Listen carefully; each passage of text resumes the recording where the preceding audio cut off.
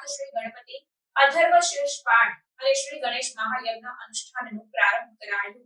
સોમનાથ તીર્થમાં આધ્યાત્મિક ચેતનાનો પ્રસાર કરવાના લક્ષ્ય સાથે સોમનાથ ટ્રસ્ટ દ્વારા સતત બીજા વર્ષે 1.25 લાખ શ્રી ગણપતિ અથર્વ શીર્ષ પાઠ અને શ્રી ગણેશ મહાયજ્ઞ અનુષ્ઠાન પ્રારંભ કરવામાં આવ્યું છે। પ્રથમ જ્યોતિર્લિંગ શ્રી સોમનાથ જ્યોતિર્લિંગનું મહાત્મય વિશ્વ પ્રસિદ્ધ છે। સાથે જ સોમનાથ મંદિર પરિસરમાં બિરાજમાન શ્રી કપરદી વિનાયક ગણેશજી ભક્તોની મનોકામના પૂર્ણ કરવા માટે વિશેષ પૂજાય છે। શ્રી ગણેશજીના પૌરાણિક કપરદી વિનાયક સ્વરૂપને કષ્ટો હરવા માટે અને અષ્ટસિદ્ધિ નવનિધિના દાતા તરીકે ભક્તો પૂજતા આવ્યા છે।